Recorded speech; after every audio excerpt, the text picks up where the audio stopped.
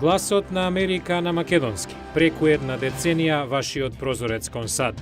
А сега, директно од студиото во Вашингтон. Добро вечер. Го гледате ТВ журналот News Flash на Гласот на Америка на македонски јазик, а јас сум Лилица Китановска. Како што се намалува полето на републикански кандидати за председател и се приближува номинацијата, преостанатите во трката се фокусираат на соборување на првиот, Мит Ромни, во продолжение за синокешната дебата во Јужна Каролина. Поранешниот спикер на представничкиот дом Нјут Гингрич ја обвини поранешната инвеститорска фирма Bain Capital за водење на бизнисите до банкротирање и предизвикување на многу луѓе да изгубат работа. Тексашкиот гувернер Рик Пери тврдеше дека Ромни мора да објави колку даноци платил на личниот приход и тоа сега, како што направил Пери, за гласачите да ја употреба таа информација за неговата кандидатура додека се уште имаат избор.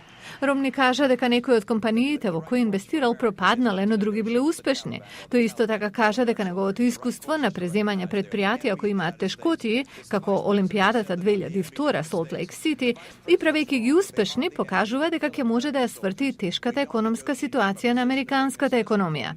Пред гласачите на Јужна Каролина да излезат на гласање во сабота, за кандидатите предстои уште една дебата во четврток.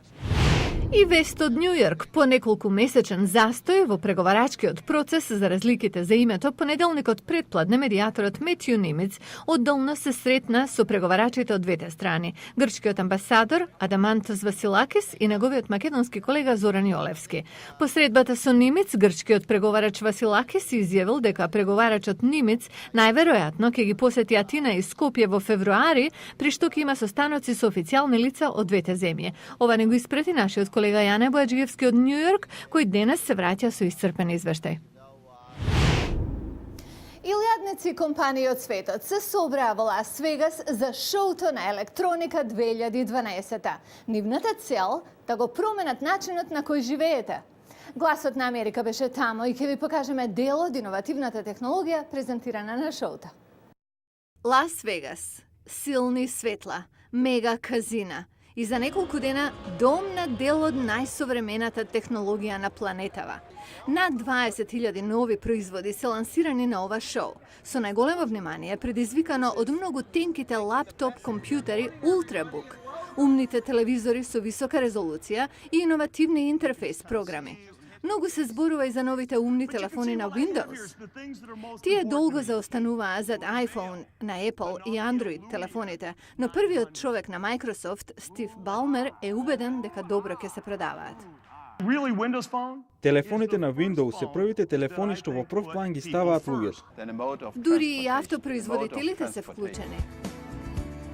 Ова е директорот на Mercedes-Benz.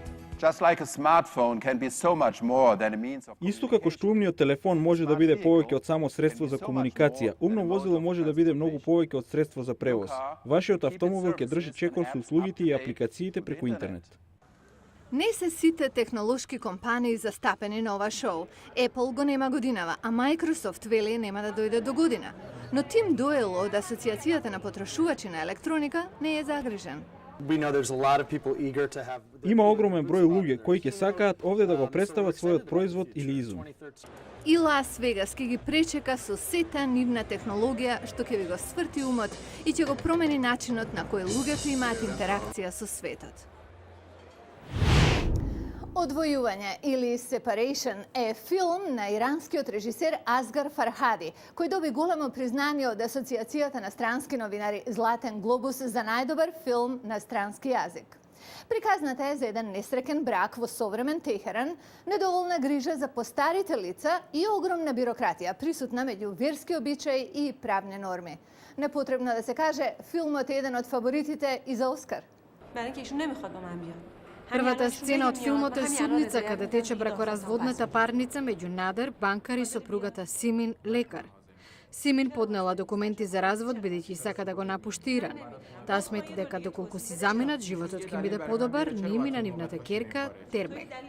Но Надер одбива да го стори тоа. Тој смета дека треба да остане и да му помогне на неговиот татко кој има Алцхаймерова болест. Впечатливо е што додека траат нивните препирки, во ниту еден момент нема сцена на судија. На некој начин судии се самите гледачи. من کی تو رو ول کردم؟ تو منو کشوندی دادگاه. Иако судот на крај го одбива нивното барање да се разведат, Надар и Симин се согласуваат неформално да се одвојат. Надар потоа најмал жена да му помогне во грижата за неговиот татко. Жената се покажала дека не обрнува големо внимание на зададените обврски. За среќа, Надар пристигнал во вистинско време. رفتم زود برگشتم مثلا طول زود برگشتی؟ تو چشم من واسه دروغ میگی؟ داشت میمرد من رسیدم. Расправијата продолжила, а Надар ја турнал пошто ја протерал помошничката од куќата. Кусо време потоа жената поднела тужба против него, а пред судот кажала дека кога се случил инцидентот, била бремена и го загубила бебето. Надар тврдел дека немал поим дека била бремена. شما میدونستی ایشون بار داره تو دادگاه از 1 تا 3 سال برات حبس میبره. Улогите во филмот се испреплетени во мрежа на измама и очај. Пейман Муади го игра Најдер, чесен, но помалку тврдоглав човек, кој гледа како светот околу него едноставно се распаѓа.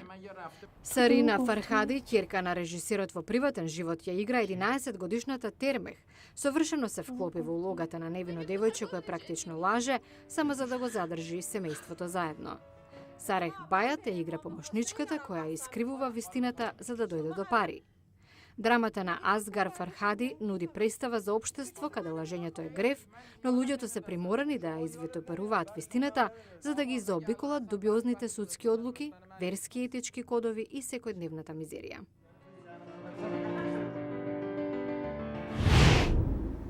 Постојано зборуваме за тоа како животински и растителни видови изумираат од различни причини. Тоа се факти.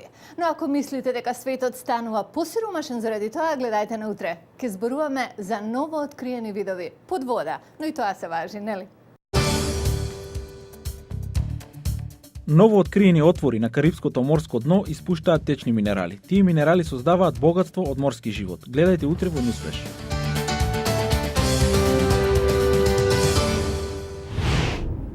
Го гледавте Ньюсфлеш на Гласот на Америка на македонски јазик. Јас сум Лилица Китановска од студиото во Вашингтон.